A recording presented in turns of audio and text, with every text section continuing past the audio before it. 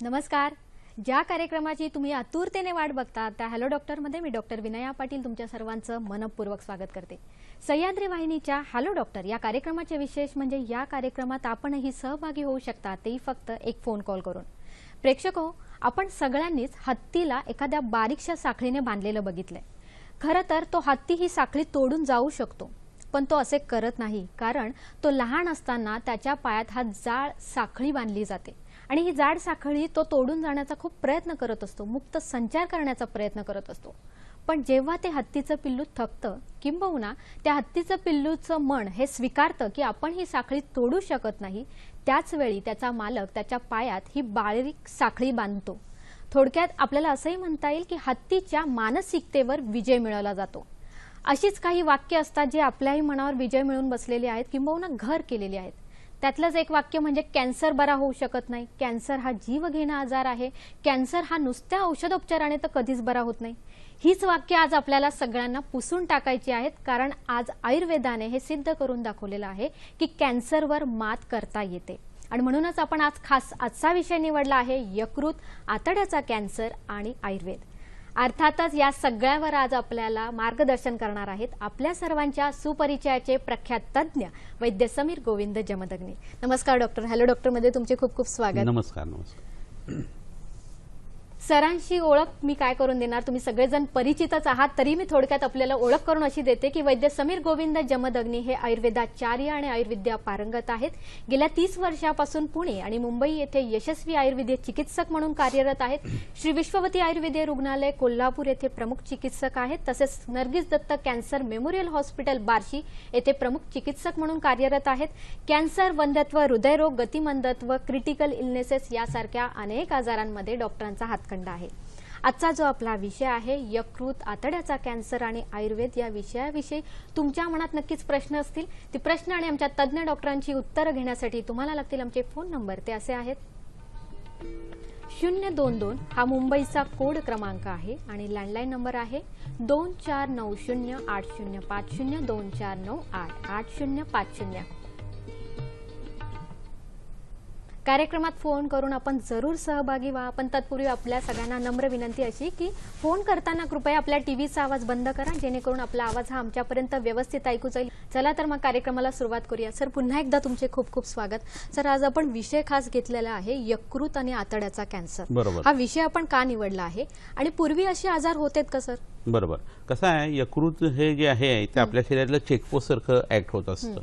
म्हणजे प्रत्येक गोष्ट अन्न जाऊ दे किंवा औषध जाऊ दे, त्याचं काम जे आहे ते काय आहे हे यकृत पहिल्यांदा तपासून घेतं आणि नंतरच मग ते शरीरामध्ये जात असतं. आपला जाठाग्नी किंवा वैश्वानर, ज्याला महाविष्णूची उपमा दिलेली आहे गीतेमध्ये 15व्या अध्यायामध्ये, तर हा जो अग्नी आहे तो जर व्यवस्थित असेल तर मनुष्याचं आरोग्य चांगलं राहतं. रोगा हा सर्वेपी मंदेग्नो सूत्रा मुद्राणिका असं सूत्रच आहे. आणि त्यामुळे भूक चांगली ठेवणारे जे अवयव आहेत त्याच्यामध्ये यकृताचा नंबर हा अग्रणी आहे, पहिली गोष्ट. आणि दुसरा, आतडी जी आहे ती अन्नपचनाचं काम करणार आहेत. पंचमहाभूताचं हे शरीर जे आहे त्याचं पोषण आणि भरण जे आहे ते पंचमहाभूतिक आहारातून होत असतं. तर जठरामध्ये किंवा आमाशयामध्ये पहिल्यांदा पृथ्वी आणि जल ही 2 महाभूतं अन्नातून वेगळी काढली जातात. त्याच्यानंतर मग तेज महाभूत जे आहे ते लहान आतड्यामध्ये सेपरेट केलं जातं आणि मोठ्या आतड्यामध्ये मग वायू आणि आकाश ही 2 महाभूतं जी आहेत ती पचवली जातात. असं एकंदरीत प्रकरण आहे. आणि हे जर लक्षात घेतलं तर आतडी जी आहे ती पचनामध्ये खूप महत्त्वाचा रोल प्ले करत असतात. ह्याला महास्रोतस किंवा मोठी पोकळी असं आयुर्वेदाने संबोधलेलं आहे, ज्याला आपण एलिमेंटरी कॅनल असं म्हणतो. तर मुखापासून गुदकुढापर्यंतचा जो भाग आहे तो सगळा अन्न व स्रोतस किंवा पचन संस्था आहे. तर त्याच्यामध्ये आतडी आणि याचा रोल जो आहे यकृताचा तो ह्या हिशोबाने महत्त्वाचा आहे की शरीराचं पोषण आणि भरण होण्यासाठी या गोष्टींची कामं जी आहेत ती व्यवस्थित होणं गरजेचं आहे. आपल्या शरीरात उदिरित होणारे जे दोष आहेत, वात, पित्त, कफ, की ज्याच्यावरती आयुर्वेदाचा सगळा डोलारा अवलंबून आहे, त्यांची उत्पत्ती सुद्धा या महास्रोतासात किंवा आपल्या पचन संस्थेमध्ये होत असते. तर ह्याला जर बाधा यायला लागली कोणत्याही कारणाने तर उत्पन्न होणारे जे आजार आहे ते बरे करणं हे पहिल्यांदा महत्त्वाचं असतं. तर अग्नी पोटातला जो आहे तो प्रज्वलित राहायला पाहिजे. आणि तो विझायला नाही पाहिजे. तो शांतिग्नेव म्रियते असं म्हटलेलं आहे. तर त्याची उपस्थिती शरीरात राहण्यासाठी जे आजार अटका म्हणतात त्याच्यामध्ये अग्रणी कोण आहे तर कॅन्सर हा आजार आहे. आणि यकृताचा किंवा मोठ्या तड्याचा किंवा लहान तड्याचा हा कॅन्सर ज्यावेळेला होतो त्यावेळेला भूक मंदावणं आणि वजन कमी होणं हे पहिलं लक्षण येत असतं. आणि मग संपूर्ण शरीर निस्सार होणं ही गोष्ट त्यातनं घडत असते. म्हणून हा विषय जो आहे तो आज आपण निवडलाय. नक्कीच सर. आता मग आयुर्वेदात आपण खास म्हणूया की याच्यावर उपचार आहेतच, पण पूर्वी आयुर्वेदात काही लक्षणं अशी सांगितली होती का जी आताही दिसतात आपल्याला? लोकांना बऱ्याच वेळा असं समज होतं की हे आताच्या शास्त्राने शोधून काढलेले आजार आहेत आणि पूर्वी आहेत का नाही. तर आंब्याच्या झाडाला पूर्वी फळं लागत होते की नाही असं विचारल्यासारखं हे आहे. तर आजार शरीर आहे म्हणजे त्याला आजार पण आहे. वागणं चुकीचं आत्ताच्या लोकांचं होतं तसं पूर्वीच्या लोकांचंही व्हायचं. आणि प्रज्ञाप्राद, असात्म इंद्रियार्थ संयोग आणि काल या 3 गोष्टींमुळे माणूस आजारी पडत असतो. बुद्धी सांगत असते की हे करू नको, तरी सुद्धा मन ते करतं. इंद्रिय जी असतात ती सुखासाठी प्रत्येक गोष्टीचा उपभोग घेत असतात आणि तो अतिरेक त्याचा होतो किंवा अयोग त्याचा होतो, त्यातनं माणसं आजारी पडतात. आणि काळ जो आहे त्याच्यानुसार मनुष्य म्हातारा होणं हे सगळं घडतच असतं. रसाचं यापन हे कर्म कमी पडल्याकारणाने माणूस म्हातारे होतं असं आयुर्वेदाने म्हटलेलं आहे. तर ह्या 3 पद्धतीचे आजार हे आणि त्याची कारणंही पूर्वीपासून आहेत. त्यामुळे कॅन्सर हा पूर्वीच्या काळामध्ये सुद्धा होता असं दिसतं. परंतु आपली निदानाची पद्धत आणि बैठक ही वेगळी आहे. कारण आयुर्वेदीय शास्त्र जे आहे त्याचे सिद्धांत वेगळे आहेत, परिभाषा वेगळी आहे. तर आधुनिक शास्त्राचं जे निदान आहे तेच आमचं असेल असं नाही आहे. आणि इथंच सगळ्या गोष्टीचं गमक आहे.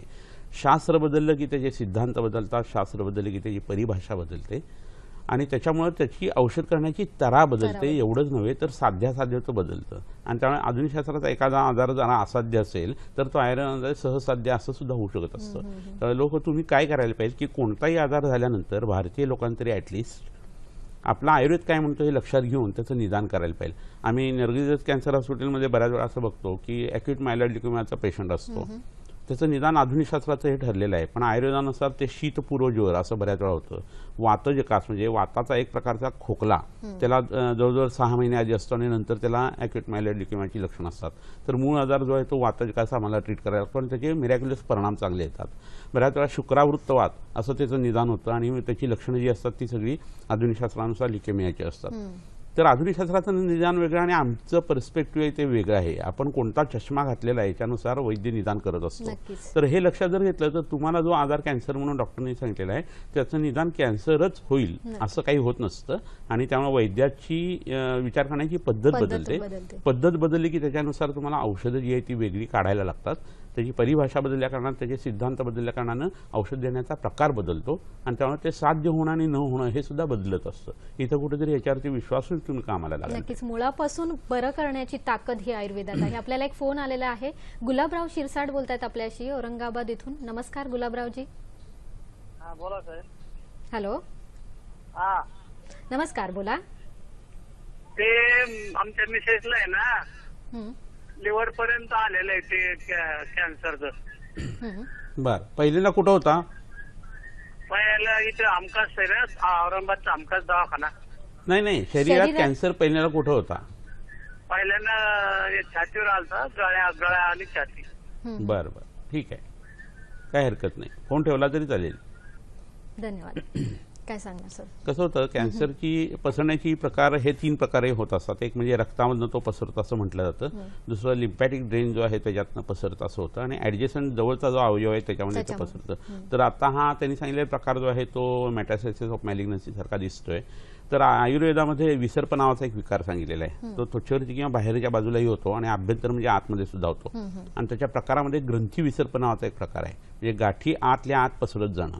तर हा मेटास्टॅसिस ऑफ मॅलिग्नन्सी हा आयुर्वेदाच्या हिशोबाने ग्रंथी विसर्पाचा प्रकार असतो आणि त्याची औषध दिल्यानंतर त्याच्यावरती कंट्रोल येणं शक्य असतं.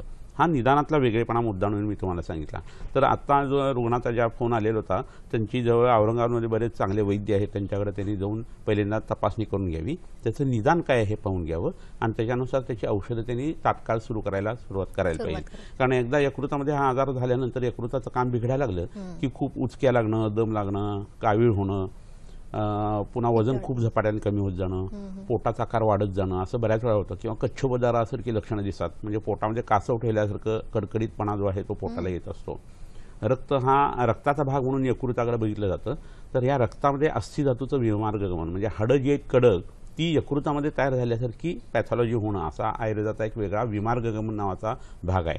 तर त्यासाठी अस्थि धातूवरती आम्ही ट्रीटमेंट करत असतो. त्यासाठी कडू रसाचे बस्ती जे आहेत ते शौचाच्या मार्गावर वापरणं आणि यकृतासाठी रक्त शुद्ध करणारी आणि रक्ताचं प्रसादन करणारी अशी औषध दिली तर मग त्यांच्या पत्नीला त्याचा चांगला फायदा होऊ शकतो. नक्कीच. डॉक्टर, आता आपण चर्चा केली की आयुर्वेदातही पूर्वी अशी आजार किंवा त्याच्या लक्षणांविषयी सांगितलंय, आजार हा पूर्णपणे बरा होतो, पण सध्याच्या घडीला हे आजार खूप वाढताना दिसतात. यामागे कारण काय? कसं आहे, कॅन्सरच्या बाबतीतलं एक महत्त्वाचं कारण जे आहे ना, ते लोक आता त्याची व्याख्या करताना असं करतात की अनिर्बंध अनियंत्रित अशी पेशींची वाढ होणं. पेशी म्हणजे इथं सेल या अर्थाने होतं. तर आपण आईच्या पोटात तयार होत असताना पृथ्वी संहती, तेजः पचती, आपा क्लेदयती, वायू विभजती, आकाशम विवर्जती, अशा पद्धतीने पंचमहाभूताचा आपल्या शरीरावरती परिणाम येत असतो. तर हे विभजनाचं काम जे आहे ते प्राकृत वात किंवा शरीरातला वातदोष जो आहे त्याच्यावरती होतं. आता वातदोष मराठीत म्हणणं सुद्धा खूप त्रासदायक होतं आम्हाला, कारण लोक वात म्हणजे फोफसा माणूसाचा धरून बसतात. तर वात ही शरीरातली अशी ताकद आहे, तो पोटातला गॅस आपण वायू नाहीये नुसता, तर आपल्या शरीरातली अशी ताकद की जी संपूर्ण शरीराला प्रमोट करत असते, पित्ताचं आणि कफाचं काम चांगल्या पद्धतीने चालवते, अशी जी शक्तिरूप गोष्ट आहे त्याला वात असं म्हटलं जातं. तर ते जर बिघडलं गेलं किंवा त्याचं काम विकृत व्हायला लागलं तरी सुद्धा हे विभजनाचं काम बिघडतं असा एक भाग लक्षात येतो. आणि दुसरं, पेशीने अशा पद्धतीने विकृत पद्धतीने विभाजित होणं, याच्यामध्ये त्या पेशीची बुद्धी जी आहे ती मार खाते किंवा ती भ्रष्ट होते आणि म्हणून हा प्रकार घडत असतो. जे एका ठराविक पद्धतीने काम करण्याची जी पद्धत आहे ती संपून जाते. आणि मग असं झाल्या कारणाने उत्पन्न होणारा जो भाग आहे तो बुद्धी तत्वाशी संबंधित आहे की ज्याचा जाफराग्नीशी पुन्हा संबंध आहे. तर संज्ञास्थापन असं एक प्रकरण आयुर्वेदामध्ये सांगितलं आहे. कोणताही आजार उत्पन्न होत असताना दोष दुष्य समूर्छना जनितो व्याधी असं म्हटलेलं आहे. जे त्रिदोष जे आहेत ते आणि आपल्या शरीरातली दुष्य वेगळे जे प्रकार सांगितले, 7 पद्धतीचे धातू, रस, रक्त, मांस, मेद, अस्थि, मज्जा, शुक्र, ह्याच्यात उत्पन्न झालेली जी समूर्छना आहे ती नवीन गती तयार करते आणि ती आजाराची गती असते. तर हा जो प्रकार आहे ती समूर्छना होत असताना त्या अवयवाचं काम हायपर किंवा हायपो होतं आणि ते कमी किंवा जास्त झालेलं काम पुन्हा रिएस्टॅब्लिश करायचं असेल तर जो गण वापरला जातो, जी औषधे वापरली जातात त्याला संज्ञास्थापन गण असं चरक संहितेत म्हटलेलं आहे. तर ब्राह्मी जटावंशीसारखी काही औषधं ही त्याच्यासाठी खूप उपयोगी पडत असतात, ती वापरली जाणं हे गरजेचं आहे. त्यामुळे विभजनाचं काम बिघडवणारी आणि संज्ञा किंवा बुद्धी भ्रष्ट करणारी जी जी म्हणून गोष्ट आहे किंवा घटना आहे ती सगळी कॅन्सरचं कारण म्हणून आपण बघत असतो. तर त्यामध्ये अति तिखट आंबट खारट खाणं, रक्तबिळ तिलाची कारणं होणं, दुपारच्या वेळेला झोपणं विनाकारण, रात्रीचं खूप जागरण करणं, दह्यासारखे पदार्थ खूप खाणं, मांसाहार खूप मोठ्या प्रमाणावरती करणं, त्याच्यामध्ये मसाले खूप वापरलेले असणं, त्याच्याबरोबर चुकीच्या पद्धतीचं नीतीला धरून जे आपल्या पद्धतीचं आचरण असायला पाहिजे धर्मशास्त्रानुसार ते न पाळणं. हा धर्म म्हणजे शरीर धर्म असंही तुम्ही लक्षात घ्या. रिलिजन अशा अर्थी हा अर्थ नाहीये. सकाळी पहाटे लवकर उठावं, ज्या वेळेला पक्ष्यांची किलबिल सुरू होते किंवा कोंबडा आलो होतं ते साधारण आधी 1.5 तास उठावं असायला. नक्कीच सर, मी तुम्हाला थोडंसं मध्ये थांबवते, आपल्याला फार लांबून फोन आलेला आहे. योगीराज म्हस्के बोलतायत आपल्याशी वाशिम इथून. नमस्कार योगीराजजी. हॅलो. हा बोला. नमस्कार डॉक्टर साहेब. तर माझा प्रश्न असा आहे, आवाज कमी. माझा प्रश्न असा आहे डॉक्टर साहेब, माझा जवळपास आता थोडस पोटाचा त्रास जाणवायला लागला. तर अपघात झालेला आहे माझा 4 वर्षापूर्वी आणि मी बेडला चिकटलेला आहे. तर आता कुठले म्हणजे काय नेमकं करायला, कुठले ट्रीटमेंट घ्यायला हवं? तुमचं वय किती आहे? माझं 38 वर्ष आहे. आणि पाठीच्या मणक्याला इजा झाली का? हा, पाठीच्या मणक्याला स्पायनल कॉर्डला आणि म्हणजे हा बॉडी इंचेंचर आहे. बर, ठीक आहे. बाकी कॅन्सरच्या सारखा कोणता आजार नाही आहे ना आपल्याला? नाही, काहीच नाही, तसं नॉर्मल आहे मी. बरोबर, ठीक आहे. थोडासा सर वेगळा प्रश्न आहे, पण तुम्ही एक मार्गदर्शन करावं. बरोबर. आता एवढा लांब फोन आलाय तर नक्कीच या खुर्ची बसल्यावर धर्म पाळणं तरी गरजेचं आहे. पण असं आहे की पाठीच्या मणक्याला इजा झाली आणि जर आज मज्जारुजीला जर धक्का लागला गेला तर त्याचा परिणाम जो आहे तो त्यांच्या शरीरावरती अशा पद्धतीने येतो आणि ते त्यामुळे बेड रिडन झालेले आहेत. तर सर्वायकल रिजन मध्ये जर हा अपघाताचा प्रकार झालेला असेल तर संपूर्ण हात आणि पाय दोघांचं काम त्याच्यामध्ये बंद पडतं. कमरेमध्ये किंवा त्याच्या खालच्या बाजूला असेल तर फक्त पायावरती तसा वारा गेलेल्याचा परिणाम होतो. तर ह्याच्यासाठी आयुर्वेदातली स्टेमसेल थेरपी म्हणून जो प्रकार आहे ना तो खूप चांगला उपयोग पडतो. वनस्पतीच्या स्टेमसेल जे आहेत त्या मनुष्याच्या शरीरात तोंडावाटे देऊन काही पद्धतीचे उपचार केले जातात. रक्त शुद्ध करणं, मज्जातंतूंचा इम्पल्स चांगला करणं आणि तो अवयव जो आहे त्याच्या पेशी तयार करणारी औषधं पोटात देणं असं त्याचं स्वरूप असतं. तर जवळच्या तज्ज्ञ वैद्याला तुम्ही भेटा आणि ही ट्रीटमेंट तुम्ही करा. कॅन्सरशी म्हणजे हा प्रश्न असल्या कारणाने एवढंच आता आपण सांगू शकतो. नक्कीच. प्रेक्षको, आयुर्वेद ही एक चिकित्सा पद्धती नसून ती जास्तीत जास्त जीवनशैली पद्धती आहे आणि आपल्याला हेच शिकवलं जातं आयुर्वेदातर्फेच. आपल्याला हीच माहिती डॉक्टर आपल्याला टिप्सद्वारे देत असतात. पण आता वेळ झाली का छोट्याशा विश्रांतीची. कुठेही जाऊ नका, कारण याच विश्रांतीनंतर आपण बघणार आहोत त्या विशेष टिप्स.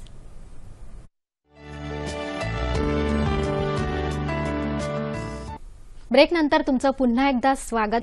डॉक्टर आपल्याला खूप महत्त्वपूर्ण माहिती सांगत असतात, यासोबतच काही विशेष टिप्स आपल्यासाठी आणत असतात. त्या टिप्स अशा आहेत: आम्लपित्त कमी करण्यासाठी 5 ग्रॅम हिरडा चूर्ण, 1 काळी मनुका व 1 चमचा साखर असे सकाळ संध्याकाळ 14 दिवस खावे. दमा व खोकला कमी होण्यासाठी जंगलातील बांबूचा 1 तुकडा उगाळून 1-1 चमचा गंध मधासह सकाळ संध्याकाळ घ्यावे.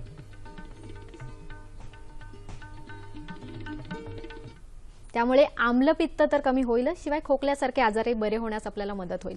डॉक्टर, आपल्याला ह्या सगळ्या आजारांवर मुळात हे आहे की कारणं काय काय असतात. बरोबर आहे. आपण जीवनशैली इतकी बदलते आहे आणि त्यामुळे आम्हाला कळतच नाही की नक्की आजार कुठून येतो, त्याचं मूळ कुठे असतं आणि ते आयुर्वेदाचार्यच आम्हाला सांगू शकतात. तर पुन्हा एकदा सर सांगा मला. कसं होतं, आपल्या शरीरातलं रक्त बिघडलं आणि त्यांनी जर मांसाला बिघडवायला सुरुवात केली तर आणि तरच शरीरात अर्बुद किंवा गाठींची उत्पत्ती होते, असा आयुर्वेदाचा पहिला सिद्धांत आहे. वात रक्त नावाचा एक आजार आहे, त्याच्या उपद्रवामध्ये चरक संहितेमध्ये 5000 वर्षापूर्वी हे लिहून ठेवलेलं आहे कॅन्सरचं वर्णन करून. आणि तर अर्बुद हा शब्द तिथं आलाय, त्याच्या बरोबरचे असोसिएटेड आजार जे आहेत तेही व्यवहारात आपल्याला या लोकांना दिसतात. तर ह्या वात रक्ताची जी कारणं आहेत, रक्तपित्त नावाच्या आजाराची जी कारणं आहेत, विसर्प नावाच्या आजाराची जी कारणं आहेत, आम्लपित्ताची जी कारणं आहेत किंवा रक्त बिघडवणाऱ्या गोष्टींची जी कारणं आहेत ना, ती सगळी कॅन्सरची कारणं आहेत असं एकंदरीत म्हणायला पाहिजे. तीक्ष्ण उष्ण पदार्थ खूप खाणं, अतिव्यवाही किंवा मैथून कर्म करणं, दुपारच्या वेळी झोपणं, दह्यासारखे पदार्थ जास्ती खाणं, नॉन व्हेजिटेरियन डाएट जे आहे ते खूप मोठ्या प्रमाणात घेणं, ड्रिंक्स घेणं, तंबाखूसारखी व्यसनं, डांबराच्या किंवा ॲस्बेस्टसच्या संपर्कामध्ये जास्ती येणं, ह्या सगळ्या ज्या गोष्टी आहेत ना, ह्या कॅन्सर उत्पन्न करण्यासाठी उपयोगी पडत असतात. शरीरामध्ये प्रिझर्वेटिव्ह घातलेलं अन्न जर घेतलं गेलं, टीन फूड जर घेतलं गेलं, आर्टिफिशियली फ्लेवर्ड किंवा पिगमेंटेड अशा ज्या गोष्टी आहेत त्या पोटामध्ये गेल्या तर त्याच्यामुळे सुद्धा मॅलिग्नन्सीची उत्पत्ती जास्त होते. कॉन्स्टंट इरिटेशन एका भागाला जर होत असेल तर त्यातनं कॅन्सरची उत्पत्ती होते असं म्हटलं जातं. बऱ्याच वेळेला अनुवंशिकता काही आजारांच्या बाबतीत कॅन्सरच्या आढळून येते असंही होतं. तर हे सगळं जर लक्षात घेतलं ना तर आहार कसा असावा ह्याचा एक वस्तुपाठ आयुर्वेदाने दिलेला आहे, त्याला दिनचर्या म्हटलेलं आहे. आणि त्यामध्ये सगळे पदार्थ खाण्यापिण्याच्यापासून वागण्यापर्यंत सगळं सांगितलेलं आहे. शरीररसात्मक असा पोटामध्ये आहार जायला पाहिजे, मोनोटोनस खाणं असं असायला नाही पाहिजे. आणि मनाची शांती ही सगळ्यात महत्त्वाची आहे. काम शोक भयाद वायू क्रोधात पित्तम त्रयो मला असं म्हटलेलं आहे. आपलं मन जेवढं शांत असेल, प्रसन्न असेल आणि आहे त्या गोष्टीमध्ये सुख मानण्याची सवय आहे, ठेविले अनंते तैसेची राहावे चित्ती असू दे समाधान, हे जे म्हटले ना आपल्या साधू संतांनी, हे खरोखर महत्त्वाचं आहे. एखादा माणूस सगळं मिळालं तरी रडक्यात तोंडाचा असतो आणि काही जवळ नाही आहे तरी सुद्धा घोंगड्यावरती जाऊन झोपडीमधला माणूस सुखी असू शकतो. तर ही मनाची जी अवस्था आहे ना, ही दुसरी कोणी देऊ शकत नसतं, आपली आपण ती डेव्हलप करायला पाहिजे. आणि त्यासाठी योगशास्त्राचा आपल्या भारतामध्ये खूप चांगल्या पद्धतीने उत्कर्ष झालेला आहे. तुम्ही लक्षात घ्या की भारतीय लोकांचे 2 श्वास आहेत, योग आणि आयुर्वेद. तर हे जर असतील ना तर तुम्हाला दुसरं काही करायची गरज नाही आहे. त्याला चांगला तज्ज्ञ असा वैद्य आणि तज्ज्ञ असा योग शिक्षक, त्याच्या सहाय्याने तुम्ही तुमचं आरोग्य खूप चांगल्या पद्धतीने सगळ्याच आजाराच्या बाबतीत बघू शकता. कॅन्सर झालेल्या लोकांनी विशेषतः हा भाग जर करायला सुरुवात केली तर औषधी उपाययोजनेला दुप्पट बळ मिळतं आणि बरं होण्याची प्रक्रिया ही सुरू होते. आणि ती मनातून नेहमी सुरू होत असते. मनाची ताकद ही खूप मोठी आहे हो, आणि त्यामुळे ती लक्षात घेऊन तुम्ही जर वागायला लागला तर ग्लास निम्मा रिकामा आहे म्हणण्यापेक्षा तुम्ही निम्मा भरलेला आहे असं म्हणायला लागाल. आणि हे पाऊल तुमचं पडलं ना की आजार बरा होण्याच्या हिशोबाने सगळी सुरुवात होते. याचं कारण असं आहे की आयुष्य हा भाव जो आहे तो आत्मज भाव म्हणून सांगितलेला आहे. आरोग्य चांगलं राहणं किंवा न राहणं, स्वास्थ्य चांगलं राहणं किंवा न राहणं हा रसज किंवा आहारज भाग आहे किंवा सात्मज भाग आहे. त्यामुळे कुणीही कोणाच्या आयुष्याचं गुणवत्ता जी आहे ती ठरवू जरी शकत असलं तरी लेंथ ऑफ लाईफ ती जी आहे ना ती वैद्य ठरवत नाही. न वैद्यो प्रभुरा आयुष्य असं म्हटलेलं आहे. आपल्याकडं आरोग्य विकत घेता येतं असं लोकांना वाटतं, असं नाही आहे. आजार बरा होतो पैसे देऊन, परंतु चांगलं राहणं हे खाणं पिणं आणि वागणं याच्यावरती अवलंबून असतं. त्यासाठी या 2 शास्त्रांचा तुम्ही वापर करून घ्या. अगदी बरोबर. खूप छान डॉक्टर, मला मार्गदर्शन मिळालेलं आहे. आत्मिक, आयुर्वेदिक आणि संस्कृतीच्या दृष्टीने सुद्धा काय वागणं गरजेचं आहे लक्षात आहे. आता हे जे आजार आहेत डॉक्टर, हे आजार आलेत हे ओळखायचे कशी, काय काय लक्षणं असतात त्याची? हा एक छान प्रश्न आहे. ओव्हरऑल संपूर्ण शरीरामध्ये कॅन्सरची उत्पत्ती होत असताना आपल्या शरीराची पहिल्यांदा भूक कमी व्हायला लागते, जाठाग्नी कमी होतो, मग वजन कमी व्हायला लागतात, चेहऱ्याला जरा काळवंडेपणा आणि थकल्याची भावना यायला लागते, फिलिंग ऑफ वेल बिंग जे आहे ते जातं आणि नॉट फिलिंग वेलचं जे फिलिंग आहे ते यायला सुरुवात होते. तर हे व्हायला लागलं की समजावं की काहीतरी आजार असण्याची शक्यता आहे. आता HIV सारखा आजार असेल तरी सुद्धा वजन कमी होतात, TB सारखा आजार असेल तरी वजन कमी होतात, मधुमेहाची साखर मागे लागायला लागली तरी वजन कमी होतात, थायरॉइड फंक्शन टेस्टमध्ये काही बिघाड आला तरी ह्या पद्धतीची लक्षणं येतात, B12 रक्तातलं कमी झालं तरी होऊ शकतात. तर त्यामुळे तुम्ही एकदम भूक कमी झाली आणि वजन कमी झालं तर आता मला काय मोठा आजार आहे का असं एकदम समजू नका. तुम्ही वैद्याकडे जा आणि त्याचं डिफरन्शियल डायग्नोसिस जे आहे ते करून घ्या आणि कशामुळे हे होतं हे जाणून घ्यायचा प्रयत्न करायला पाहिजे. पण यकृताशी संबंधित कोणताही आजार असताना किंवा मोठ्या कडेशी संबंधित आजार असताना आपला शौचाचा जो पॅटर्न आहे त्याच्यामध्ये फरक पडतो. खूप वेळा शौचाला जायला लागणं, काळी शौचाला होणं, काही रक्त पडणं, मलाचा रंग आहे तो हिरवा पिवळा वेगवेगळ्या पद्धतीने येणं, त्याला अतिशय दुर्गंधी येणं, पुवाची दुर्गंधी येणं, पक्व गूळ संनिभ म्हणजे गूळ जाळल्यानंतर जसा दिसतो तशा पद्धतीचा मळ येणं, असे वेगवेगळे प्रकार त्याच्यामध्ये येत असतात. उचकी लागायला लागते, ढेकर यायला लागतो, ढेकर आलं तर बरं वाटेल असं वाटायला लागतं, अंगाला खाज सुटायला लागते बऱ्याच वेळेला, त्याच्यानंतर यकृताच्या बाजूला दडदडीतपणा यायला लागतो, पोटामध्ये गाठी वगैरे लागायला लागतात, संध्याच्या वेळेला वाढेल असा काही वेळेला ताप यायला लागतो, तपासणी करताना सोनोग्राफीमध्ये ह्या सगळ्या गोष्टींची शहानिशा गाठ असेल तर ती व्हायला लागते. आणि हे सगळं होत असताना भूक कमी होणं हे दुर्दम्य मोठं लक्षण जे आहे ते येत असतं. वजन ही खूप कमी यायला लागतं आणि प्रत्येकाला थोडंसं आतमध्ये आत्मपरीक्षण करून बघायची जर सवय असेल ना तर नक्की समजते की आपल्या शरीरात काहीतरी वाईट विकृत बदल होतात. आणि त्याच्यावरून खाणं पिणं वागणं जर चुकीचा करणारा माणूस असेल तर त्याला नेहमी असं जाणवत असतं की आपण हे सगळं चुकीचं वागतोय, बुद्धी त्याला जाणवून देत असते. परंतु इंद्रियांच्या लवल्याच्या पायी, इंद्रियांच्या सगळ्या विषयांच्या सेवनाच्या पायी तो चुकीचं वागत राहत असतो. बुद्धी ही जी आहे ती त्या माणसाला सांगते आणि त्यानुसार जर वागलं गेलं तर प्रज्ञापराध होत नाही. भावना ही क्षणासाठी असते, इंद्रिय लवल्य जे आहे ते, आणि आयुष्य हे वर्षामध्ये मोजलं जातं. त्यामुळे बुद्धीचं ऐकायला पाहिजे, मनाचं नाही. नक्कीच. आणि आपण एक पुढचा फोन घेऊया. आपल्याशी बोलतायत दत्तात्रय क्षीरसागर सोलापूर इथून बोलतायत. नमस्कार. हॅलो. हा मॅडम, प्रश्न असा आहे डॉक्टरांना की 29 जानेवारीला ऑपरेशन झालेलं मुलाचं. बरं, वय किती आहे त्याचं? वय 5.5 वर्ष. 5.5 वर्ष. हा, लिव्हरचं ऑपरेशन झालेलं आहे. कशाचं ऑपरेशन झालं? लिव्हरचं. बरं. टाटा हॉस्पिटल. बरं. अजूनपर्यंत डॉक्टर टाटा हॉस्पिटल मुंबई. बरं, पण त्याचं निदान कॅन्सर असं झालेलं आहे का? नाही, नॉर्मल रिपोर्ट सांगितले आम्हाला. बरं, मग कसलं ऑपरेशन केलं? लिव्हरचं केलं, लिव्हरचा तुकडा वगैरे काढलेला आहे, नॉर्मल रिपोर्ट आले म्हणून सांगितलं आम्हाला. बरं, आणि त्याला लक्षणं काय होती मुलाला? जेवण जात नव्हतं आणि सारखा रडायचा, काळा पडलेला थोडा चेहरा पूर्ण. बरं. रक्त कमी व्हायचे, परत डब्ल्यू काउंट वाढले होते, एनसी काउंट वाढले होते. बरं. आणि AFPचा रिपोर्ट वाढले होते, 5,51,000 झाली AFP. बरं, अच्छा. आता 3.41 आहेत आता. बरं बरं. आणि त्याला भूक कमी होत गेलेली होती पहिल्यांदा? हा, भूक कमी होत गेलेली पहिली. बरं. 2015 मध्ये 7व्या महिन्यात 13/7 ला. बरं. आणि त्याला आधी उलट्या जुलाब वगैरे झालेलं होतं, ताप येऊन गेलेला होता? ताप सगळं लक्षण होती पहिली. बरं बरं, ठीक आहे, काय हरकत नाही. नाही. आता नॉर्मलच रिपोर्ट सांगतात सगळे. बरं बरं, ठीक आहे, काय हरकत नाही. धन्यवाद. काय सांगाल सर? आता कसं आहे, हा आजार वेगळा आणि कॅन्सरशी संबंधित असा नाही आहे, परंतु एक ज्वराचा प्रकार जो असतो त्याच्यात संतत आणि सतत असा एक ज्वर सांगितलेला आहे. तर त्याची लक्षणं बरीचशी ह्या मुलाच्या तब्येतीशी जुळतात. ताप ज्यावेळेला 21 दिवस शरीरामध्ये राहतो आणि औषधांचा तो तात्पुरता कमी येतो ना, त्यावेळेला त्याला जीर्ण ज्वर असं एक प्रकरण आयुर्वेद सांगत असतो. आणि तसा हा त्या मुलाच्या तापाचा प्रकार दिसतोय. तरी सुद्धा तो माती खात होता का, त्याचं रक्त आधी किती होतं, फूड पॉइझनिंग झालेलं होतं का, त्याचं खाणं कोणत्या पद्धतीत होतं हे लक्षात घेऊन त्याची ट्रीटमेंट करणं गरजेचं आहे. पण जीर्ण ज्वराची ट्रीटमेंट केल्यानंतर त्याला बरं वाटण्याची शक्यता खूप चांगली आहे. तर त्याच्यासाठी महातिक्तक घृत नावाचं एक तूप असतं, ते याच्या मेडिकल स्टोअरमध्ये त्याला विकत मिळेल किंवा जवळच्या सोलापूरमधल्या वैद्यांच्याकडनं ते घेऊ शकतील. आणि ते साधारण 250 मिलीग्रॅम ते 1 ग्रॅम एवढ्या दरम्यान त्याला सकाळी आणि संध्याकाळी द्यायला पाहिजे. उजव्या हातातून रक्त काढणं किंवा तिथं जळवा लावणं यकृताच्या बाजूला, असा जर प्रकार केला गेला तर आणखी त्याच्या शरीरामध्ये चांगली सुधारणा होऊ शकते. आणि पटोलादी बस्ती नावाचा एक बस्तीचा प्रकार आहे, तो जर त्यांनी केला गेला तर यकृताशी संबंधित आत्ताची त्याची सगळी लक्षणं कमी येतील. पण हे होत असताना जठरातलं पचन जर सुधारलं तर तिथं रंजक पित्त नावाचं एक पित्त असतं की जे रसाला रक्तत्व आणून देतं.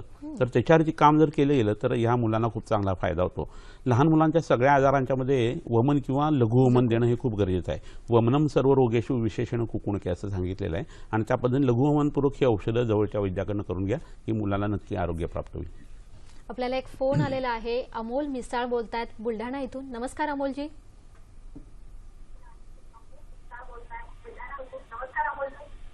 Hello madam. बोला अमोलजी, तुमच्या टीव्हीचा आवाज बंद करा आणि प्रश्न आपल्या सलग डॉक्टर विचारा. साहेबांचा प्रश्न आहे की माझा जेवल्यानंतर जास्त डकार येतात. बर, ठीक आहे. वय किती आहे तुमचं? वय 24. बर, ठीक आहे. बाकी मोठा आजार कोणता नाही आहे ना? मोठा कोणता नाही, पण छातीमध्ये जेवण झाल्यानंतर थोडं 5-10 मिनिटं दुखतं. ठीक आहे, ठीक आहे, काय हरकत नाही. फोन ठेवला तरी चालेल ना? धन्यवाद सर. थोड्या लक्षणांनी सुद्धा लोक घाबरून जातात असं होतं. आणि तेच आणि आपल्याला हा विषय जो आहे तो कळायचं. कॅन्सरच्या संबंधातला आहे, पण त्यांनी साधा प्रश्न विचारला. हे अत्युद्गार किंवा ऊर्ध्ववात नावाचा हा आजार आहे आणि शेवग्याच्या सालीचा काढा करून त्याच्यामध्ये गंधक रसायन नावाचं एक औषध आहे, ते जर घेतलं तर त्यांची लक्षणं कमी येतील. सुवर्णसूचकर नावाचं औषध आहे, तेही त्यांना घेता येईल 2 वेळा, 10 वाजता आणि संध्याकाळी 4 वाजता. आणि त्याच्यावरून ओवा जो असतो तो पाव चमचा आणि 1 बदाम असं चावून जेवणानंतर जर खाल्लं तरी त्यांची ही लक्षणं कमी येतील.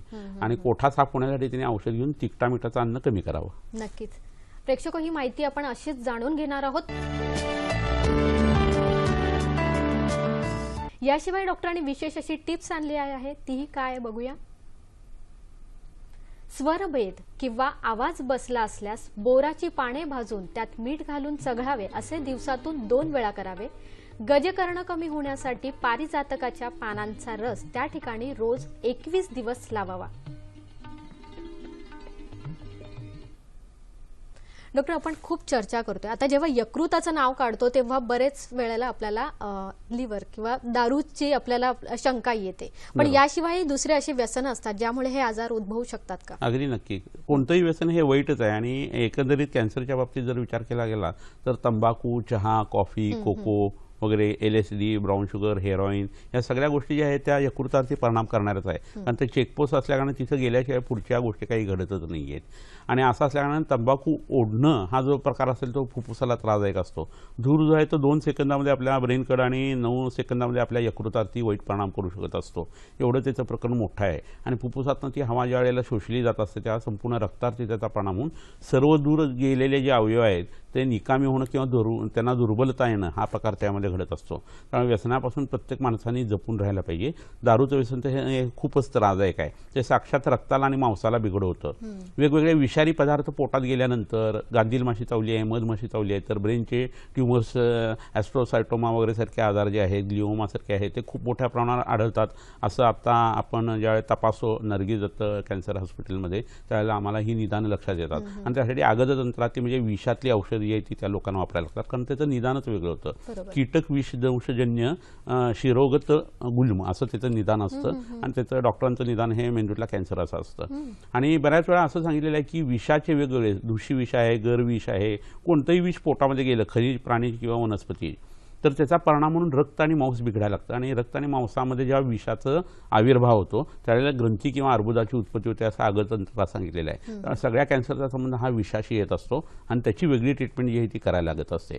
तर हा ट्रीटमेंटचा एक वेगळा किंवा बारकावा जो आहे ना तो आपल्याला बघायला लागतो. आणि याशिवायच आपण आपल्या औषधी वनस्पती आता बघणार आहोत. या औषधी वनस्पती ज्या आपल्याला आहेत त्या आपण घराजवळच्या कुंड्यांमध्ये लावू शकतो किंवा तुम्ही ओळखू शकतात, जवळच्या वैद्याकडे जाऊन त्याची विचारणा करू शकतात. आजच्या खास औषधी वनस्पती या आतड्याच्या आणि यकृताच्या कॅन्सरसाठी आहेत. बघूया काय आहेत त्या. इथं काही वनस्पती आपण दाखवतोय, तर ही वनस्पती आता तुम्ही बघू शकता. तर ही जी पहिली पुढची वनस्पती ही इरमुंगळी नावाची वनस्पती आहे, मोगली एरंड नावाची वनस्पती आहे. ह्याच्या बियांच्यामध्ये खूप मोठ्या प्रमाणात ते तेल असतं आणि ही जमिनीमध्ये गाडली जाऊन भूकंपाच्या साहाय्याने पेट्रोल जे आहे ना ते ह्याच्यापासून आता काढण्याची प्रक्रिया सुद्धा सुरू झालेली आहे. तर हे ह्या वनस्पतीच्या पानांचा रस जो आहे तो काढून त्याच्यापासून तूप सिद्ध केलं जातं आणि ते जर अंगाला लावलं गेलं तर भ्राजक पित्ताच्या साहाय्याने ते शरीरात शोषलं जातं, पचलं जातं. आणि कॅन्सर वाढू नये याच्यासाठी ज्या काही गोष्टी करायच्या आहेत त्या उत्तम पद्धतीने ह्या वनस्पतीच्या साहाय्याने होतात. कोणत्याही शरीरातल्या कॅन्सरच्यासाठी बाह्योपचारामध्ये ही वनस्पती अग्रणी आहे, त्यामुळे ही बघणं हे आपल्याला खूप महत्वाचं होतं. ती आपण वनस्पती बघितली. ही दुसरी जी वनस्पती इथं दिसते ही आडुळसा नावाची वनस्पती आहे. फुफ्फुसाच्या संबंधाने, रक्ताच्या संबंधाने कॅन्सरचे जे प्रकार आहेत त्याच्यामध्ये ही वनस्पती खूप उपयोगी आहे. रक्तपित्त नावाच्या आजारासाठी ही अतिशय उत्कृष्ट अग्रणी अशी वनस्पती आहे. आणि त्यामुळं रक्त चांगलं होणं, शुद्ध होणं, त्याचं प्रसादन होणं आणि यकृताचं काम चांगलं होणं याच्यासाठी ही वनस्पती खूप उपयोगी पडते. फलत्रिकामृता वासा तिक्ता निंबजा असा एक काढा सांगितलेला आहे पांडुरोग अध्यायामध्ये, अष्टांगहृदय या ग्रंथामध्ये. तर त्यात ही वनस्पती आलेली आहे. तर हा फलत्रिकाजी काढा 2 वेळेला पोटामध्ये घ्यायला सुरुवात करणं कॅन्सरच्या पहिल्या अवस्थेत, एस्पेशली यकृताच्या, ह्याच्यासाठी ही वनस्पती अप्रतिम उपयोगी पडते. हिला मराठीमध्ये आडूळसा असं म्हणतात, संस्कृतमध्ये वासा म्हणतात.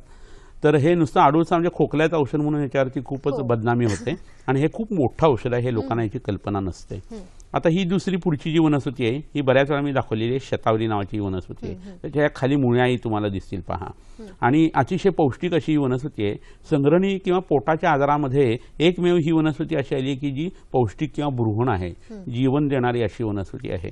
तर आतड्याचा कॅन्सर, लहान आतड्याचा कॅन्सर, मोठ्या आतड्याचा कॅन्सर, ह्याच्यामध्ये ह्या वनस्पतीचं चूर्ण जे आहे ना ते अश्वगंधा, बाबळीचा डिंक, केशर आणि चंदन ह्याच्याबरोबर जर तुपात परतून वापरलं तर अप्रतिम फायदा होतो. आणि हे औषध जे आहे ते औषध नसून अन्न म्हणून जर त्या लोकांनी घेतलं तर पहिल्या 7 दिवसामध्ये त्यांची भूक वाढायला लागते, शरीरातल्या गाठींचा आकार कमी यायला लागतो आणि फिलिंग ऑफ वेलबिंग जे आहे ते लगेच यायला सुरुवात होते. रक्त शुद्ध होतं, मांसदेह आहे ते शरीरातलं नवीन तयार व्हायला सुरुवात होते आणि कॅन्सरसाठी या वनस्पतीचा अप्रतिम फायदा होता असं लक्षात येतं. ही पुढची जी वनस्पती आहे ही अप्रतिम वनस्पती आहे, उपयोगी पडणारी. भीमाशंकरच्या जंगलामध्ये ही वनस्पती मिळते, तिथूनच आपण ही आणलेली आहे. हा नेच्याचा किंवा फनचा एक प्रकार आहे आणि ह्याचं प्रोपगेशन आहे ते त्याच्या स्पोर्स जे असतात पानाच्या मागच्या बाजूला त्याच्यापासून होतं. तर हिला संजीवनी असं म्हटलं जातं आणि पाण्यात टाकल्यानंतर ही वनस्पती पुन्हा पहिल्यासारखी होते आणि रुजून पुन्हा वाढायला लागते. तर यकृताच्या कॅन्सरसाठी ही वनस्पती आणि पारागंधकाचे काही कल्प जे आहेत आयुर्वेदातले हे जर दिले गेले तर त्यातल्या गाठी ज्या आहेत त्या झपाट्याने कमी यायला सुरुवात होते. आतड्याच्या कॅन्सरसाठी सुद्धा ही वनस्पती नागकेशर नावाच्या एका वनस्पतीच्या बरोबरीने वापरता येते. वनस्पती जेवढी ओली आणि हिरवी असेल ना तेवढं त्यातला क्लोरोफिलचा परिणाम हा आपल्या शरीरामधल्या रक्तावरती येतो, ऑक्सिजन आपल्या शरीरातला वाढायला लागतो आणि कॅन्सरच्या गाठी या ऑक्सिजनमध्ये वाढत नाही. कोठा साफ झाल्या कारणाने विरेचन होतं, त्यामुळे रक्त शुद्ध होतं, मांस शुद्ध होतं आणि कॅन्सर कमी व्हायला मदत होत असते. तर ह्या वनस्पतीचा वापर जरूर आणि जरूर जवळच्या वैद्यांच्याकडनं करायला पाहिजे. आता ही शेवटची वनस्पती आपण बघूया आणि ती म्हणजे गुळवेल. ही बऱ्याच वेळा मी दाखवलेली आहे. तर या गुळवेलीचं मूळ उगाळून पोटात जर घेतलं तर कॅन्सरच्या रुग्णांची जी गेलेली भूक आहे ती वाढायला लागते. ह्याच्या पानाची भाजी मुगाच्या डाळीच्या बरोबर जर करून खाल्ली गेली ना तर केमोचा येणारा शरीराचा विकृत परिणाम ह्याने कमी होतो आणि अंगारचे केस जे डोक्यावरचे वगैरे गेलेले आहेत ते ह्याने झपाट्याने यायला लागतात. ह्याच्यापेक्षा सगळ्यात महत्त्वाचं म्हणजे वात, पित्त, कफ हे तिन्ही दोष ही वनस्पती समान गोष्टीमध्ये ठेवते, समान प्रकारात ठेवते आणि त्याच्यामुळे दोष न वाढल्या कारणानं शरीराला आजारपण जे आहे ते कमी यायला सुरुवात होते. अमृता असं हिला म्हणतात, न मरणारी अशी ही वनस्पती आहे. त्यामुळे आपल्या शरीरामध्ये अमृतत्व आणणारी अशी ही वनस्पती आहे. तर हिला गुळवेल असं म्हणतात आणि कुठेही तुम्हाला ही मिळू शकेल. ह्याचा नक्की आणि नक्की वापर तुम्ही खाणं, पिणं आणि शरीराला लावण्यासाठी म्हणून करू शकता. या औषधी वनस्पतींचा खजिना खास आपल्यासाठी होता. आपल्याला एक फोन आलेला आहे. मालती महामुनी बोलतायत मुंबई इथून. नमस्कार मालतीजी. हॅलो, माफ करा, मारुती महामुनी बोलतायत. हॅलो, प्रश्न असा आहे की प्लीहा आहे ना, प्लीहा पोटामध्ये माझ्या तिथे जर वाढ झालेली थोडी, तर तिथं काय प्रकारे होतं? कॅन्सर असू शकतं की मला काय करायला पाहिजे? औषध वय किती आहे आपलं? वय माझं 58. बरं, आणि तुम्हाला व्यसन काही आहेत का? हा, व्यसन काय आहे? व्यसन काही नाही, काहीच व्यसन नाही. बरं, तुम्हाला मलेरिया, चिकनगुनिया, डेंग्यू वगैरे होऊन गेलाय? नाही नाही, काही नाही, काही असंही काही झालेलं नाहीये. आणि शरीरातलं प्लेटलेट काउंट बघितलाय? प्लीहा प्लेटलेट काउंट, रक्ताची तपासणी केली आहे का? डाव्या बाजूला असतं बघ शरीराचा पोटाचा भाग जरा नाही वाढलेला नाही, आहे. तुम्ही तपासणी केलेली आहे काय काही? हा, तपासणी केली म्हणून तर त्याच्यामध्ये रेकॉर्ड आलं ना ते. बरं, ठीक आहे. प्लीहा रक्ताची तपासणी केली आहे का? रक्ताची तपासणी केली आहे. ती नॉर्मल आहे? हा, ती नॉर्मल आहे. हा, ठीक आहे, काय हरकत नाही, फोन ठेवला तरी चालेल. धन्यवाद. यकृतोदर नावाचा जो विकार आहे ना तो येणं आहे असं दिसतंय. तर जीर्ण ज्वर झाला तर ही प्लीहा वाढते असं म्हटलेलं आहे. मेदाचा क्षय झाला तरी प्लीहा वाढते. आता क्षय हा शब्द म्हणजे टीबी अर्थी नाहीये, मेद शरीरातला कमी झाल्यानंतर सुद्धा हे होऊ शकतं. पण मलेरिया, डेंग्यू, चिकनगुनियासारखी इन्फेक्शन जे आहेत ना त्याच्यामध्ये सुद्धा हा त्रास वाढू शकतो. हा एकदम कॅन्सर आहे असं काय म्हणण्यासारखी परिस्थिती नाहीये. तहान, भूक, झोप जर व्यवस्थित असेल तर असा काही प्रकार होणार नाही आणि सोनोग्राफीत त्याचं निदान लगेचच झालं असतं. तर त्यांनी प्लीहा वृद्धी नष्ट करणारी जी आयुर्वेदातली औषध आहे त्याच्यात शरपुंखासव नावाचा आहे, पैलवानी नावाची वनस्पती आहे शरपुंखा म्हणून. त्याचं मूळ जे आहे ते ताकामध्ये उगाळून घेतल्यानंतर प्लीहा खूप चांगल्यापणे कमी करता येते. नवसागर जो असतो तो कोरफडीच्या घरावर पोटात वैद्याच्या सल्ल्याने जर तुम्ही घेतला तर तुमची प्लीहा जी आहे ती चांगल्या पद्धतीने कमी होऊ शकते. महातिक्तक घृत जे आहे ते शमन मात्रेमध्ये सकाळी संध्याकाळी 20-20 ml जर तुम्ही प्यायलात आणि थोडं पथ्य पाळलं तरी हा प्रकार चांगला कमी होऊ शकतो. लेफ्ट क्युबायटल फोसा जो आहे तिथनं रक्तमोक्षण जर केलं, ब्लड लेटिंग केलं तर तुमची प्लीहा जी आहे ती उत्तम पद्धतीने कमी होऊ शकते. मेदोपाचक नावाचं औषध आहे ते तुम्ही जर पोटात घेतलं तरी प्लीहा तुमची कमी येईल. आणि ह्याच्यावरून चंपकादी आगन म्हणून आहे ते पोटात जर घेतलं, रात्री तांदूळ आणि निशोत्तर ही औषधं तुम्ही पोटात घेतली तर तुमची प्लीहा ही निश्चितपणे कमी होऊ शकते. तो कॅन्सर आहे असं आता प्रथमदर्शनी इथनं तरी वाटत नाहीये आणि त्यामुळे काळजी करायचं काही कारण नाही. नक्कीच प्रेक्षक, एवढा खात्रीशीर सल्ला आयुर्वेदाचार्यच फक्त देऊ शकतात आणि तोच आमच्या कार्यक्रमाचा उद्देश आहे की वनस्पतींवर पुन्हा संजीवनीची म्हणून आपण वापर करू शकतो आणि ते फक्त आयुर्वेदाचार्यांच्या मदतीनेच. डॉक्टर, आपण चर्चा करतोय आज की कॅन्सरवर कशी मात करता येईल. आपण औषधी वनस्पती बघितल्या, पण पंचकर्म याच्यामध्ये काय रोल असतो याच्यामध्ये? कसं आहे, आयुर्वेदाची जर वैशिष्ट्यपूर्ण ट्रीटमेंट बघितली तर त्यात पंचकर्म आहे. आता या कॅन्सरच्या मोठ्या आजारांच्या मध्ये काय होतं, तिन्ही दोष वाढलेले असतात. सांधिपातिक अशी अवस्था असते, त्याला समथिंग मॅलिग्नंट किंवा सिव्हिअर असं आपण म्हणत असतो. तर सकाळच्या वेळेला कफ नष्ट करणारे बस्ती जे आहेत ते द्यायचे, दुपारच्या वेळी पित्त शमन करणारे बस्ती द्यायचे आणि संध्याकाळी वात शमन करणारे बस्ती दिले गेले तर हे तिन्ही दोष न वाढता आहे तिथंच थांबतात आणि कॅन्सरची वाढ जी आहे ती कमी व्हायला सुरुवात होते. मेटास्टॅसिस होत नाही, भूक वगैरे वाढायला लागते आणि वजनही लोकांचे वाढायला लागतात. मात्रा बस्तीचा वापर करणं असं करायला लागतं. रक्त शुद्ध करणं आणि मांस चांगलं करणं ह्याच्यासाठी उपक्रम कोणते उपयोगी आहेत असं जर बघितलं तर पंचकर्मातला विरेचन हा भाग त्याला उपयोगी पडतो. विरेको मांस मेदस्ते निर्वाह प्रशमनानिचे असं सूत्रच आहे. तर रक्ताची ट्रीटमेंट जी आहे ते त्यामध्ये रक्त काढणं, रक्तमोक्षण असा एक प्रकार असतो आणि त्याच्याबरोबरीने हा एक भाग असतो की जुलाबाचं औषध देणं. तर जुलाबाचं औषध दिलं गेलं तर रक्तही शुद्ध होतं, मांसही शुद्ध होतं आणि शरीरातल्या गाठींना जो पुरवठा होतोय तोच रक्ताचा पुरवठा कमी व्हायला सुरुवात होते आणि तेच ह्या कॅन्सरच्या पेशीमध्ये खूप महत्त्वाचं असतं. कॅन्सरच्या पेशींना अन्न जास्ती लागतं. वारंवार खाण्याची जी सवय आहे ती खूप धोकादायक आहे कॅन्सरच्या लोकांना. आधी जी आयुष्यभर त्यांनी पाळलेली असते, ज्याला आम्ही आद्यशन म्हणत होते. कॅन्सरच्या पेशींना 6 पट जास्ती अन्न लागतं इतर पेशींच्या पेक्षा. त्यामुळे वारंवार जर खात असाल तुम्ही तर ते बंद करायला पाहिजे. फर्मेंटेड ग्लुकोज किंवा पांढरी साखर जी आहे ते त्याच्यासाठी विष आहे आणि त्यातनं कॅन्सर हा वाढत असतो. तर लंघनम परम औषधम, तुम्ही लंघन केलं तर उलट त्याचा उपयोग होणार आहे. आणि 2 वेळा जेवायच्या ज्या सवयी आहेत, 24 तासामध्ये 2 वेळा भूक आणि एकदा संडास लावायला पाहिजे, ही प्रक्रिया केली जायला पाहिजे तर तुमचं आरोग्य जे आहे ते चांगल्या पद्धतीने सुधारत असतं. तर हा विषय लक्षात घेऊन पंचकर्माकडे बघणं गरजेचं आहे. रक्तमोक्षण त्या गाठीवरती लावणं किंवा यकृतावरती जळवा लावून तिथलं दूषित रक्त काढणं हा उपचार सुद्धा त्यासाठी आपण करू शकतो. तर बस्ती, रक्तमोक्षण आणि नस्य आपल्या नाकामध्ये टाकायची औषध जी आहे ती अँटी कॅन्सरस औषधं जी आहेत आयुर्वेदातली, शतावरी आहे, अश्वगंधा आहे, आता दाखवलेली संजीवनी वनस्पती आहे. तर ह्याचा वापर करून जर नस्य तयार केली गेली आणि ती जर टाकली गेली तर आपल्या ब्रेनला हा इम्पल्स जातो की शरीरात झालेला हा विकृत बदल तू काढ असा बदल आणि बुद्धी जी आहे ती जागृत होते. त्याला संज्ञास्थापन असं म्हणतात आणि इतर ट्रीटमेंट बरोबर त्याचा खूप उपयोग होतो. नक्कीच. मुखापासून गुदापर्यंतचा जो मार्ग असतो तो जर व्यवस्थित असेल तरच आपल्याला आरोग्याचा मार्गही व्यवस्थित राहू शकतो आणि हेच आपल्याला डॉक्टर समजावून सांगतात. याशिवाय आजचा जसा आरोग्यपूर्ण कार्यक्रम आहे तसाच उद्याचा आपला हॅलो डॉक्टरच्या कार्यक्रमाचा विषय काय तो आपण जाणून घेणार आहोत. पण आता वेळ झाली का छोट्याशा विश्रांतीची, कुठेही जाऊ नका, बघत राहा कार्यक्रम हॅलो डॉक्टर.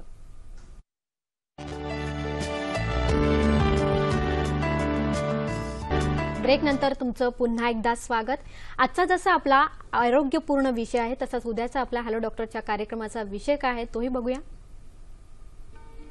उद्या रविवार दिनांक 23 एप्रिल रात्री 8 वाजताच्या कार्यक्रमाचा विषय आहे सर्व आजारांवरील होमिओपॅथिक उपचार. सहभागी होणार आहेत डॉक्टर प्रदीप पवार. याशिवाय हॅलो डॉक्टर ddkmumbai@gmail.com इथे तुम्ही तुमचे प्रश्न सहभागी करून घेऊ शकता. त्याची उत्तरं तुम्हाला उद्याच्या कार्यक्रमात जरूर मिळतील. आपण आज जाणून घेतोय कॅन्सरवर मात कशी करायची. या सगळ्यांवर डॉक्टर आपल्याला उपचार सांगतातच आहेत. डॉक्टर, आपण जेव्हा विचार करतोय की ह्या सगळ्या कॅन्सरवर मात केली पाहिजे, कुठेतरी आहाराचं नियोजन तुम्ही आम्हाला समजावून सांगा. अगदी खरं आहे. कसं आहे की रक्त बिघडवणारी कारणं, मांस बिघडवणारी कारणं ह्याच्यामध्ये मोनोटोनस खाणं जे असतं लोकांचं, तिखट आंबट खारट हे लोकांना लागतं. जरा मीठ कमी झालं तरी आरडावर घरी सुरू होत असते आणि मीठ जेवढं कमी खाल तेवढं वात रक्तासारखा आजार किंवा शरीरातल्या कॅन्सरसारखे मोठे आजार कमी होतात. पूर्वीचे वैद्य जे यशस्वी वैद्य होते ना ते पेशंटना फक्त दुधारती ठेवायचे किंवा मीठ बंद करायचे आणि यश मिळवायचे. त्याच्या मागचं हेच कारण आहे. तर तुम्ही मीठ, तिखट, गोड हे पदार्थ आहेत ना हे कमी करणं हे खूप गरजेचं असतं वैद्याच्या सल्ल्याने. गोड रस जो आहे तो आहारातनं किंवा औषधातनं कसा वापरायचा हे ठरू शकतं. पण कडू तुरट जे आहे ना ते कुठेतरी खायला सुरुवात व्हायला पाहिजे आणि हे पदार्थ भाज्यांच्या स्वरूपात मिळतात. आता गुळवेली जी भाजी दाखवली ती, त्याच्यानंतर कारल्यासारखी भाजी आहे, मेथीसारखी भाजी आहे, त्याच्यानंतर काकमाची म्हणून भाजी आहे, पुनर्नवा नावाची भाजी आहे. ह्या भाज्या खाण्यामध्ये यायला पाहिजेत. षडरसात्मक आहार असायला पाहिजे. 6 रस जावेत, पण मी सांगितलेले पहिले रस थोडेसे कमी आणि कडू गोष्टी आणि तुरट गोष्टी ज्या आहेत त्या अन्नामध्ये येणं हे गरजेचं असतं कॅन्सर प्रिव्हेंट होण्याच्या हिशोबाने. ह्याच्याबरोबर कसं होतं की आपण जे अन्न खातो ते ताजं अन्न असायला पाहिजे. सकाळचं सकाळी, संध्याकाळचं संध्याकाळी. ओव्हरनाईट फूड जे आहे ते घेऊ नये. फ्रीजमध्ये ठेवलं की सगळं जग जिंकलं असं लोकांना वाटतं. तिथं अन्न फक्त गार होतं, शिळ व्हायचं काही हे होत नाही, थांबत नाही. काळाचा परिणाम नाही घालू शकत आपण, नाहीतर मग फ्रीजमध्ये बसून आपण आपलं आयुष्य वाढवलं असतं. अशी गोष्ट शक्य नाहीये. आणि ते थंड झालेलं पुन्हा रूम टेम्परेचर होतोपर्यंत लोक न थांबता खातात आणि त्यात पुन्हा आजार उत्पन्न होतात. आंबवलेले पदार्थ, पिझ्झा, बर्गर, पावभाजी, इडली, डोसे हे सतत खाणं, या गोष्टीमुळे रक्त बिघडत असतं, मांस बिघडत असतं. हे कुठेतरी लक्षात ठेवायला पाहिजे.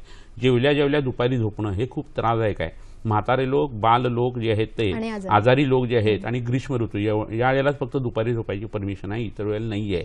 तुम्हाला सवय असेल तर तुम्ही दुपारी थोडंसं झोपू शकता, पण ते सुद्धा तुम्हाला नंतर त्रास देणारं असतं. तर रात्र ही झोपण्यासाठी आणि दिवस हा काम करण्यासाठी आणि ह्या पद्धतीने वागणं हे खूप गरजेचं असतं.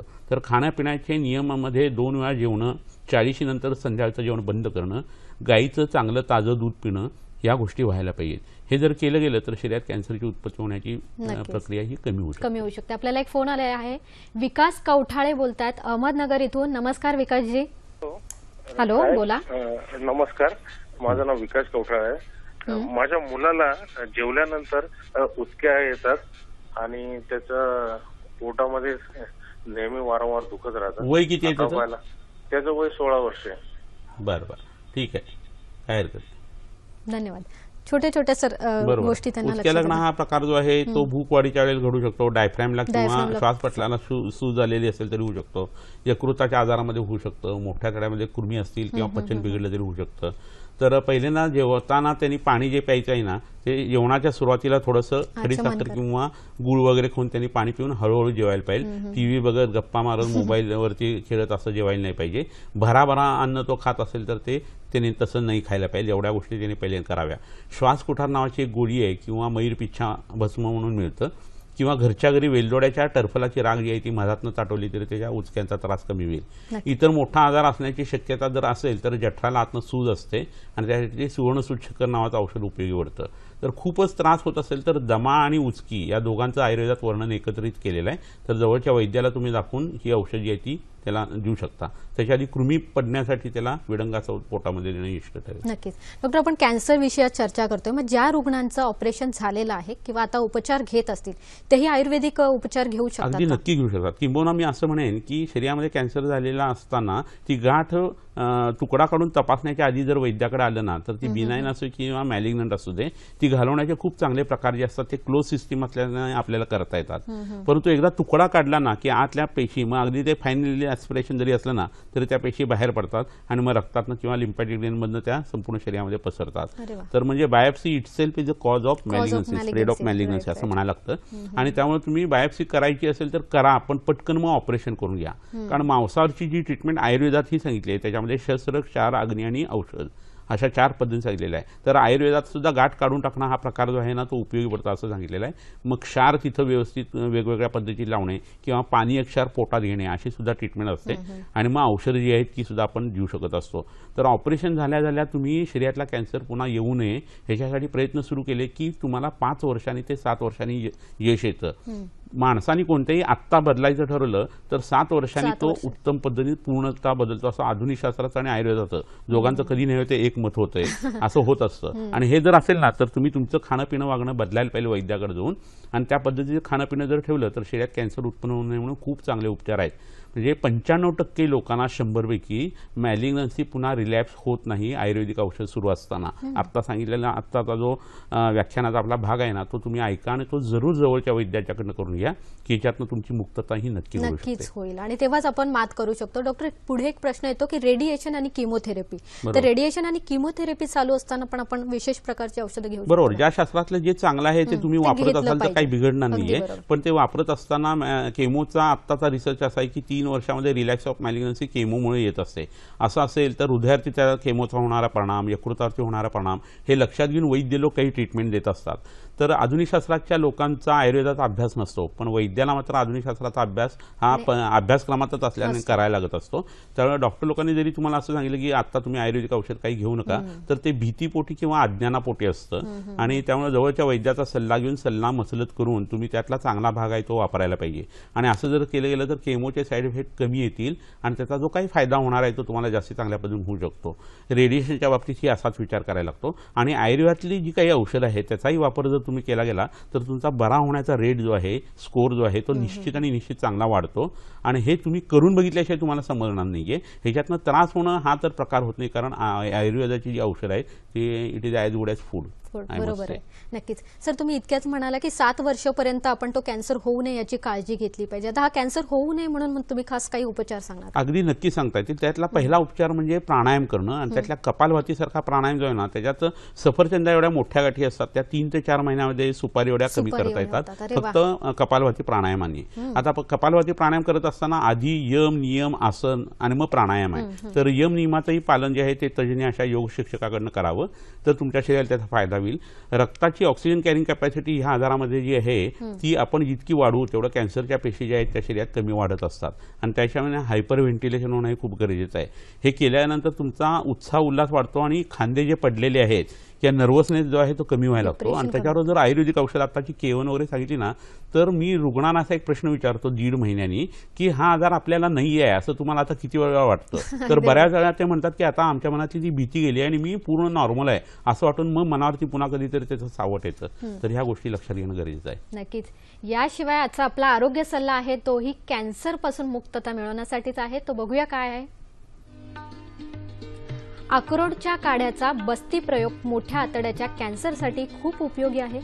तिक्तशीर बस्ती यकृताच्या कॅन्सरसाठी खूप उपयोगी आहे.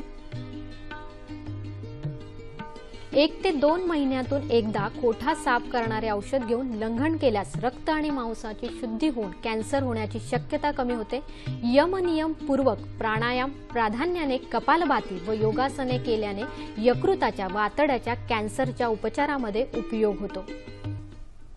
आजचा कार्यक्रम तुम्हाला कसा वाटला हेही आम्हाला सांगा. पण तत्पूर्वी या कार्यक्रमातील काही जर भाग बघायचा राहून गेल्यास तुम्ही तो पुन्हा बघू शकता 24 एप्रिलला मध्यरात्री 12:30 वाजता आणि मंगळवार दिनांक 2 मेला सकाळी 9 वाजता. डॉक्टर, याशिवाय आम्हाला आमच्या प्रतिक्रियाही प्रेक्षक आपले कळवत असतात, ज्याद्वारे आम्हाला कळतं की आमचा कार्यक्रम किती तुम्हाला आवडतोय, तुमच्यासाठी किती उपयोगी आहे. ते अभिप्राय आम्हाला जरूर कळवा. इथे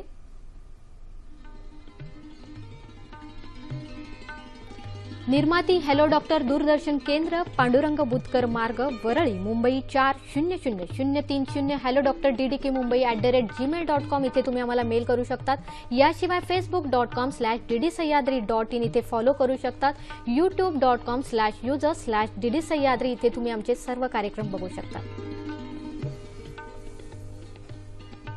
डॉक्टर, तुम्ही खूप माहिती दिली आहे, तरी मला असं सांगायचं आहे की थोडक्यात एक विशिष्ट अशी उपचार पद्धती सुद्धा आयुर्वेदामध्ये असते, तर त्याविषयी काही सांगणार का? कसं आहे, पृथ्वीची फिरण्याची गती आणि सूर्याच्या भोवती फिरण्याची गती जी आहे ना, त्या ह्याच्यात हा आजार उत्पन्न झालेला असल्याकारणानं त्याच्या विरुद्ध पद्धतीची गती जी आहे ती शरीराला जर रोटेटिंग चेअरमध्ये देऊन जर बघितली ना, तर लिक्विड कॅन्सरसाठी खूप चांगला परिणाम त्याचा येतो असं बघितलं जातं. आणि त्या पद्धतीने आपलं रिसर्च किंवा संशोधन सुद्धा सुरू आहे, तर त्याचाही लोकांनी उपयोग करून घ्यायला पाहिजे. आपल्या प्रत्येक शरीराच्या भागावरती मर्म आहेत, काही विशिष्ट व्हायटल पॉइंट्स आहेत आणि त्या ठिकाणी प्राणशक्ती काम करत असते. तर तिथं काही विशिष्ट औषधांचे लेप देऊन ते जर वरती चिकटपट्टी लावून 3-3, 4-4 दिवस ठेवलं गेलं तर आतलं भ्राजक पित्त जे आहे ते त्याचा औषधाचं पचन करून शरीरातल्या कॅन्सर कमी करण्यासाठी, गाठीसाठी त्याचा उपयोग होतो असं लक्षात येतं. तिसरा एक भाग आहे तो म्हणजे इको मेडिसिन. कोणत्या अवयवाचा कॅन्सर आहे त्या अवयवाला उपयोगी पडणाऱ्या वनस्पती आयुर्वेदात भरपूर दिलेल्या आहेत. तर त्या वनस्पतीचं क्लोरोफिल किंवा हरितद्रव्य जे आहे ते गोळा करायचं आणि त्यामध्ये काही औषध घालून जर ते दिलं गेलं तर त्या अवयवाचा कॅन्सर, यकृताचा किंवा मोठ्या आतड्याचा कमी करण्यासाठी अप्रतिम फायदा होतो. मगाशी सांगितलेलं तसं वात, पित्त आणि कफाच्या तिन्हीच्या काळात बस्ती देणं ही प्रक्रिया जी आहे ना ती सुद्धा खूप उपयोगी पडते. जळवा जर काकीस्थानी म्हणजे जिथं शेंडी ठेवली जाते तिथं जर लावल्या गेल्या ना तर शरीरामध्ये जे बदल घडतात, विकृत म्युटेशन, व्हेरिएशन जी होत असतात ती खूप चांगल्या पद्धतीने आपल्याला कव्हर करता येतात. आणि रक्तमोक्षण हा एक वेगळा ट्रीटमेंटचा भाग जो आहे तो उपयोगी पडतो. अग्निकर्म करणं हा जो भाग आहे ना तो सुद्धा यकृताच्या आणि हाताच्या ठिकाणचे काही पॉईंट घेऊन हे यकृताच्या कॅन्सरसाठी आणि मोठ्या तड्याच्या कॅन्सरसाठी उपयोगी पडतं असं लक्षात येतं. तर ह्या वैशिष्ट्यपूर्ण चिकित्सा ज्या आहेत ना त्या आपल्या रुग्णासाठी तुम्ही जवळच्या वैद्याच्याकडनं नक्की करून घेणं गरजेचं आहे. नक्कीच. प्रेक्षको, काही जे असे प्रश्न आहेत जे तुमच्या मनातही आणि माझ्या मनातही, डॉक्टर, असं की हवाबंद डब्यातील किंवा प्रिझर्वेटिव्ह पदार्थ असलेले पदार्थ खावेत का? शक्यतो हे खाऊ नये, कारण त्यात विघटन करणारी शक्ती आलेली असते आणि सेंद्रियत्व कमी झालेलं असतं. पोटाचे आजार आणि झोप याचा संबंध येतो का? पोटाच्या सगळ्याच आजारांचा झोपेशी संबंध आहे. आहार, निद्रा, ब्रह्मचर्य हे 3 उपस्तंभ आहेत, खांब आहे, त्याच्यावरती आयुष्याचा डोलार आहे. जिभेसाठी खावे का पोटासाठी खावे? निश्चितच आपल्या प्रकृतीसाठी खायला पाहिजे आणि जिभेसाठी फक्त खायला नाही हवं. थोड्या थोड्या वेळाने खाणे योग्य की अयोग्य? अध्यशन केल्या कारणानं शरीरामध्ये फर्मेंटेड ग्लुकोज जास्ती तयार व्हायला लागतं आणि कॅन्सरच्या पेशींना ते जास्ती त्रासदायक होतं, म्हणजे ते उपयोगी पडतं त्यांना आणि त्यामुळे कॅन्सर वाढतो. नक्कीच. दुपारच्या झोपण्यामध्ये वामकुक्षीच घ्यावी का? वामकुक्षीमध्ये कुठेही झोपा म्हणजे डाराडोर झोपा असा उल्लेख नाही आहे. फक्त डाव्या कुक्षीवरती डोळे उघडे ठेवून पडायचं आहे आणि नंतर उठून पुन्हा चालला करायचं आहे. नक्कीच. प्रेक्षको, आपल्याला असं म्हणता येईल की खरंच हे पोटासाठी जगणं नाहीये, तर आपल्या आयुष्यासाठी जगणं आहे. हेच सांगताना मला असं आठवतंय की कशासाठी पोटासाठी, खंडाळ्याच्या घाटासाठी, हे गाणं तर तुम्हाला माहितीच असेल. यामध्ये पोटासाठी आणि घाटासाठी हे जरी यमक केलेलं असलं तरी असं वाटतं की खरंच पोटाचा आपला रस्ता किंवा आतड्यांची ही जागा खरंच घाटासारखी आहे आणि तिथेच आपल्याला लक्षपूर्वक, विचारपूर्वक अन्न ग्रहण करण्याची गरज असते. तेव्हाच आपल्याला म्हणता येईल की आयुर्वेदीय दृष्ट्या आपण आपलं आयुष्य हे सफल आणि चांगलं जगू शकतो. आणि हाच उद्देश घेऊन डॉक्टर आपल्या समोर येतात, आपल्याला नवीन वेगवेगळी माहिती सांगत असतात. डॉक्टर, तुम्ही इथे आलात आणि कॅन्सरसारख्या आजारावर आम्हाला महत्त्वपूर्ण माहिती दिली त्याबद्दल मी आपले आभार मानते. नमस्कार. नमस्कार.